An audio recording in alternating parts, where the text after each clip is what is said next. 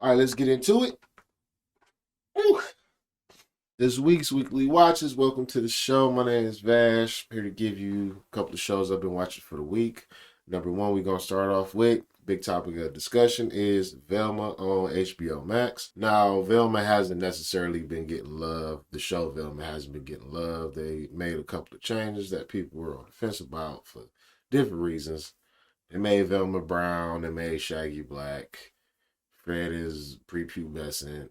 Daphne's pseudo lesbian with Velma.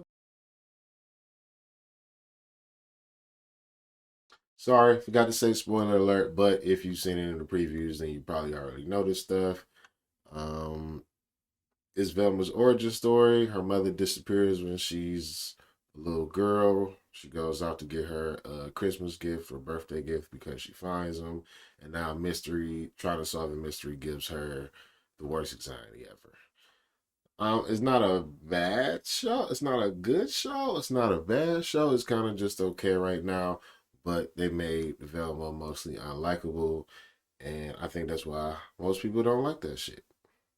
Cause think about it, Velma's really the favorite. Scooby Doo, cool. Shaggy, cool. The other ones, Fred is just funny. We really here for Velma. It's the Velma show. She nerdy. She fine. She smart. Velma. Why would you go and make her a dickhead? I don't agree with the creative choice, but there is already some character development, and you see her beginning to be a better person, somewhat.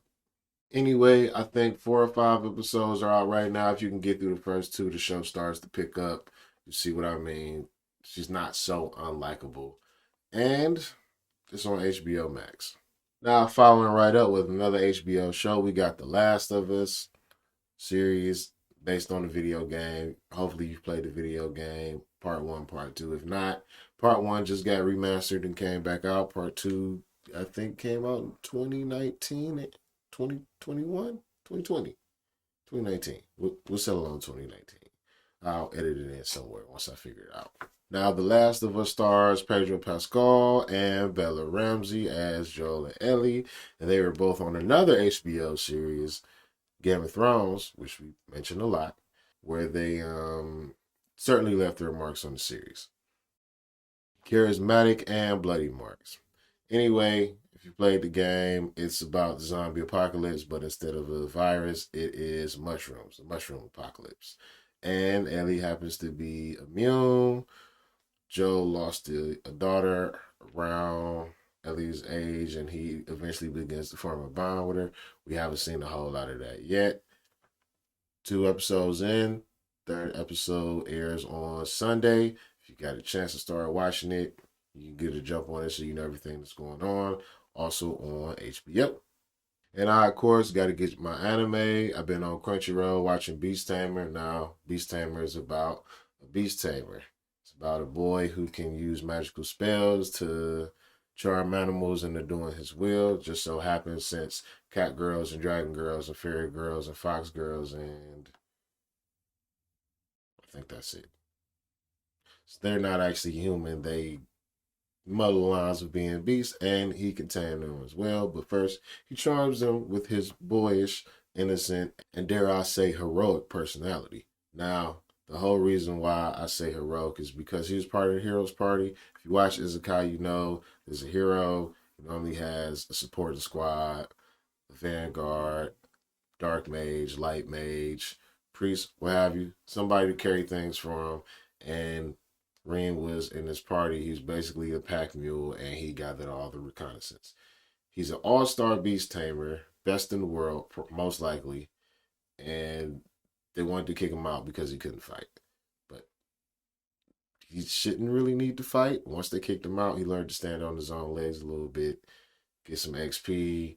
He met the cat spirit, and when he formed a contract with her, not a slave contract, Cat Girl can lend him her power, so now he's a better fighter. Made a lot of money, bought weapons, meets the Dragon Girl, absorbs her powers, so on and so forth. So he becomes OP and he's stronger and better than the hero because he's doing all this for virtuous reasons and just because he likes having friends and being nice, not because of the status of being the hero and the sway that he'll have. And this falls into the genre of harem anime as well, which is always kind of my guilty pleasure that I'm a little bit embarrassed to talk about because I'm just watching one dude be nerdy, they're usually nerdy, and then get a whole bunch of bitches. Like, when is enough enough? You got them all. You got them all. Go home. The Cat and the Dragon wasn't. You had to get twins at that. Okay, so there's nothing. There's nothing erotic really about it. They're all just friends right now, but everybody's kind of got a crush on them, which is just the thing that happens when you're watching these types of anime. But all in all, good feels, good vibes. It's good pacing. There are little jokes here and there, and of course they go right over Ring's head. I watched Beast Tamer on Crunchyroll. It's about 13 episodes. Got a couple of hours to spare, and this is a thing that you might be into. Give it a watch. Let me know what you think in the comments. Now, I'll be back next week with another selection. Until then, do all the things. Hit me up. Instagram, Twitter, YouTube, comment section. Like, comment, subscribe.